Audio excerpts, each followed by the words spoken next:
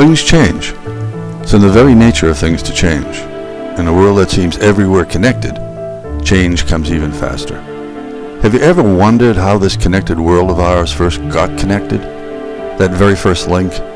Who first thought to do it and why? Connections that now link over 2 billion of us. That's a quarter of all humanity. Connections over which we send each other some 10 billion gigabytes of information every month. Connections that will quadruple in 2 years. I was curious about where it all began, so I went hunting for that beginning. And Bright Boys is that story. The making of that very first connection, preceded by the making of the world's first real-time electronic digital computer and the world's first digital network.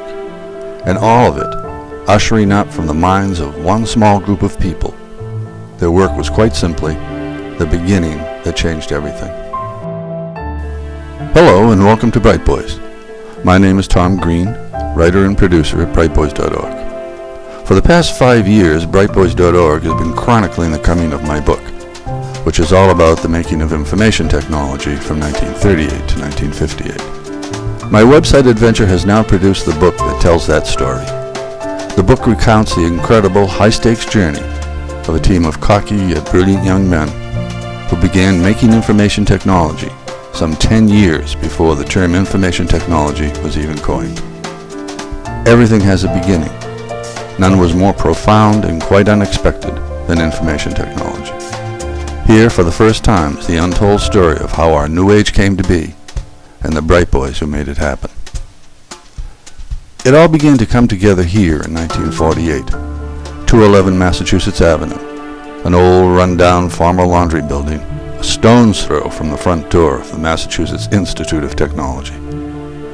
Bright Boys is the story of a band of brothers on the digital frontier, the rise of the first digerati, young 20-somethings who first began connecting our world, brash upstarts who went from being outcasts to heroes, strangers in a strange land who spoke a new and different language, who built strange, otherworldly-looking machines, and who pioneered levels of complexity totally alien to others around them.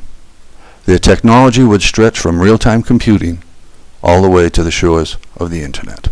This guy, Tom Corbett, Space Cadet, who as he put it was from the world beyond tomorrow, was the sci-fi idol of the times, and probably the only one who could truly understand and appreciate what the Bright Boys were doing. The Bright Boys were young, brilliant, confident, and cocky, and thought that they could do anything they put their hands to, and usually did, which for many hovering nearby, waiting impatiently for them to go bust, was grandly irksome. There were remarks that the Bright Boys were arrogantly hi-hat and snobbish, that they were unrealistic about what they were doing, and that they were young and immature. As things turned out, and rather quickly at that, they proved themselves eminently capable. By 1950, these Bright Boys had built the world's first real-time electronic digital computer. 3 years later, they one-upped themselves when they switched on the world's first digital network.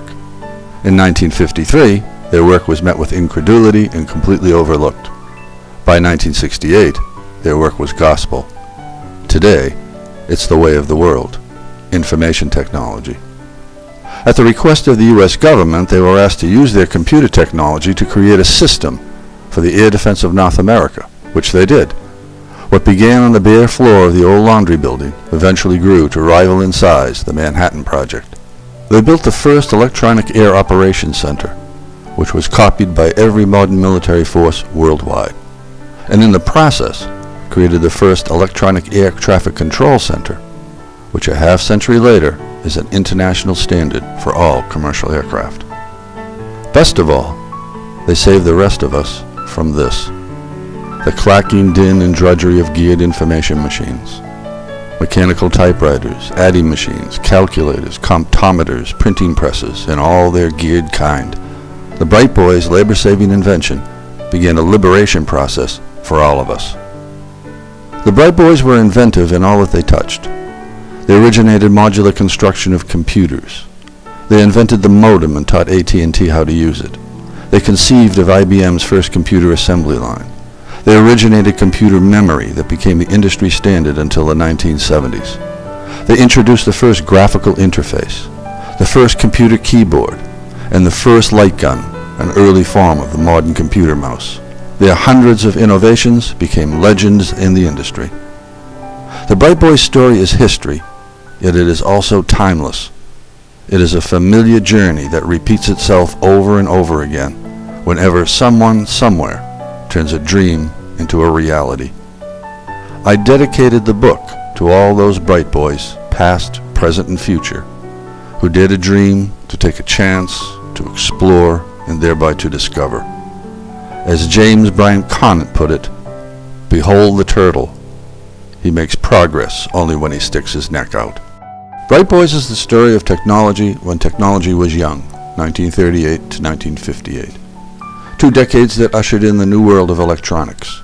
A remarkable 20 years when computers were giants, their makers young and unknown, and when there is less than a megabyte of random access memory on the entire planet. Microprocessors were science fiction, transistors were handmade and mistrusted, and banks of hot, glowing electron tubes ruled the land. Networks were meant only for telephones and electric power grids, and the word digital was new on the ear. As Victor Hugo wrote over 100 years ago, an invasion of armies can be resisted, but not an idea whose time has come. Information technology was an idea whose time had come, and the Bright Boys made it so. They pushed their technology onto the world stage, a stage unprepared for its arrival, an analog world that had grown content, complacent, and dependent on analog and electromechanical calculating machines. "We had the engineer's dream," recalled one of the Bright Boys decades later, "a nationally important problem that was interesting and difficult, but not impossible to solve. We were in a day-to-day contest with Mother Nature. The odds were bad, but we always had a chance to win, and we won all the battles. We also won the cause for digital computing. If there's anyone who thinks we didn't win, just go to Radio Shack and try to buy an analog computer." From the bare floor of that vacant factory, the Bright Boys launched the country on one of the greatest and most successful projects in the history of American engineering. No similar enterprise had ever, or has since, sprung from such humble surroundings. If you happen to find yourself one day on the sidewalk and passing your local bookstore, or online at your favorite bookseller's website, cast a glance at a book cover that looks like this, with the title Bright Boys.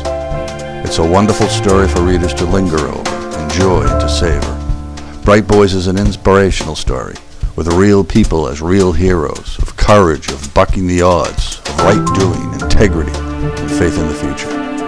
For readers looking for real people struggling to do all the things right against all odds and succeed, Bright Boys will be a journey of delight. Scholarly research that reads like a novel, course companion, bedside pal, or ready reference to the history of information technology. Bright Boys, the beginning that changed everything.